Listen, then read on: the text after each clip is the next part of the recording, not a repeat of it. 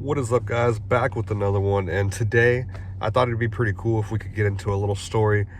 I didn't really know myself, so I'm sure a lot of people don't know the whole story. So let's just jump right into it. Priscilla, Elvis's wife. We just went and saw the movie, and honestly, it was pretty cool. And by we, I meant me and my girl. But I'll just jump right into how I feel about it real fast. And honestly, I think the movie, from my perspective, was just like, I could say so far it was like an 8 out of 10 because I really liked the whole storytelling, the pacing, the just getting in there, and how they kind of started right where we wanted to and ended right where we wanted to. So let me get into this. Priscilla, Elvis's wife, honestly just known as Priscilla at first, was a 15-year-old girl who was just a regular girl who just liked going to like her favorite coffee shop every day, just going to school. What else could a 15-year-old girl really do at that time? So she's chilling one day until she runs into this guy who claims to know Elvis, and she like kind of starts getting into a little bit of like skeptical because hold on, let me let me backtrack because I'm talking way too fast. She gets a little skeptical about it because she like doesn't really like know this guy at all, so it's kind of just a stranger saying like come party with me and Elvis. And at first you're probably like thinking like, the hell, what are the odds this guy actually knows Elvis? And in like other terms, you're like, why is he even asking this girl, like this like 15-year-old girl, which is pretty crazy through my eyes. Is what I thought. That was pretty insane already. I was like, what the hell, like why is he like picking up on this like little girl? Like that's what's weird. But honestly, as you can know, if you know the story, you know she ends up going, and it's kind of just like this weird little like, here's Elvis's house, now just have fun. Like this is parties he just usually throws here and there. But it kind of progresses obviously into him noticing her, and Elvis just kind of like wants to do anything he can for this 15-year-old girl. Pretty crazy, right? And this is why I feel like I'm gonna name this like how Elvis took over this girl's life, because literally I can't even really like get into how much I think this is like the weirdest shit ever. Like Elvis kind of just pulled up on this like 15-year-old girl, just like, I don't even know like where to start with this. Like bro just like kind of like groomed her like from the start. He was just like, a freshman, that's kind of out of my age group, but we'll see what we could do with this. And I was like, huh? And then fucking fool like goes as far as meeting her parents. And this is where it gets crazier, because as a parent, you're kind of like thinking to yourself, like what is my daughter gonna do? Like what are the crazy things like your child would get into? But at this point, you're kind of like sitting there thinking, if you're watching the movie, like, how would you feel if a celebrity kind of just came, and you're as a father yourself or something, and you just I don't know, like he just like, a celebrity comes and asks your 15-year-old daughter to be like the love of his life. Like what is even going on here?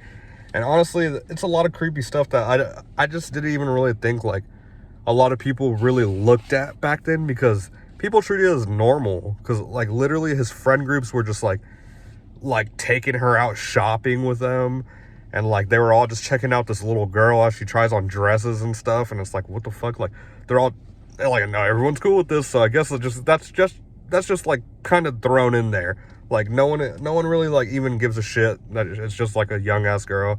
They're just like, ooh, she's kind of young, oh okay. And it's like, all right, well, here we go, I guess. Like this is gonna be like Elvis's little fucking pet the whole time. So it's like, that's just how I felt. Like this dude kind of just like groomed on her, got her to do whatever like, because just he was famous, and like he knew that she wouldn't be like no or anything. It was mostly just like the parents that were in the way at first, and then once Elvis had like the grip around her and just like kind of just like was able to move her into his house, it was just like, all right, whatever Elvis says goes. So that's kind of how I just don't even know how a person could want to like do something like that. And it really showed like a lot of like the reality behind like marriage, and I guess like honestly celebrityism, I guess, if that's even a word. Because it's like, like, in reality, no one would actually do that. Like, a fucking normal 24-year-old pulls up to your house asking for your daughter, and she's 15. It's like, all right, buddy, get the fuck out of here. But just because he was Elvis, it was more just like, okay, what are your intentions? Like, you know there's a bunch of girls for you. Like, why my daughter? It's like, what? What do you mean? You're gonna actually, like, ask this guy, like, what are his intentions? But, like, bro, like, I don't know, like, you don't care that this dude's, like, literally, like, older than her? It's just insane. And off of that topic, just the drugs and all the fucking stuff Elvis was getting into, it wasn't even, like, safe for her to be around this guy, because he just blew every second. Like, in the movie, it literally just shows that, like, they would have the smallest conversations, and it just felt like he would just flip. He'd just be like, oh, fuck, like, nah, I'm about to literally blow you out of here. Like, go the fuck home. Like, what the hell are you talking about? Like, he'd just be, like, tripping. And then, like, sit there and you're just like, dude, this guy's fucking tweaking. Like, why would she even be here for this long? And then you sit there and you think to yourself, well, she's trapped. Because, like, there's nowhere she could go. Elvis is just going to keep, like, doing what he does. And honestly, she gets a little bit lucky when she starts going on tours a little bit more and starts realizing that he's not really the best person himself. He's out there cheating, doing, like, scandalous stuff, can't even, like, really come home and have, like, a normal conversation with her without getting mad. And honestly, I just don't even think that's, like, I don't know. I don't even think it's, like, the life she wanted to live from the beginning, because, like, she kind of just got dragged into it and then kind of, like, tried to like, put together this false life that she was thinking in her head, I feel like.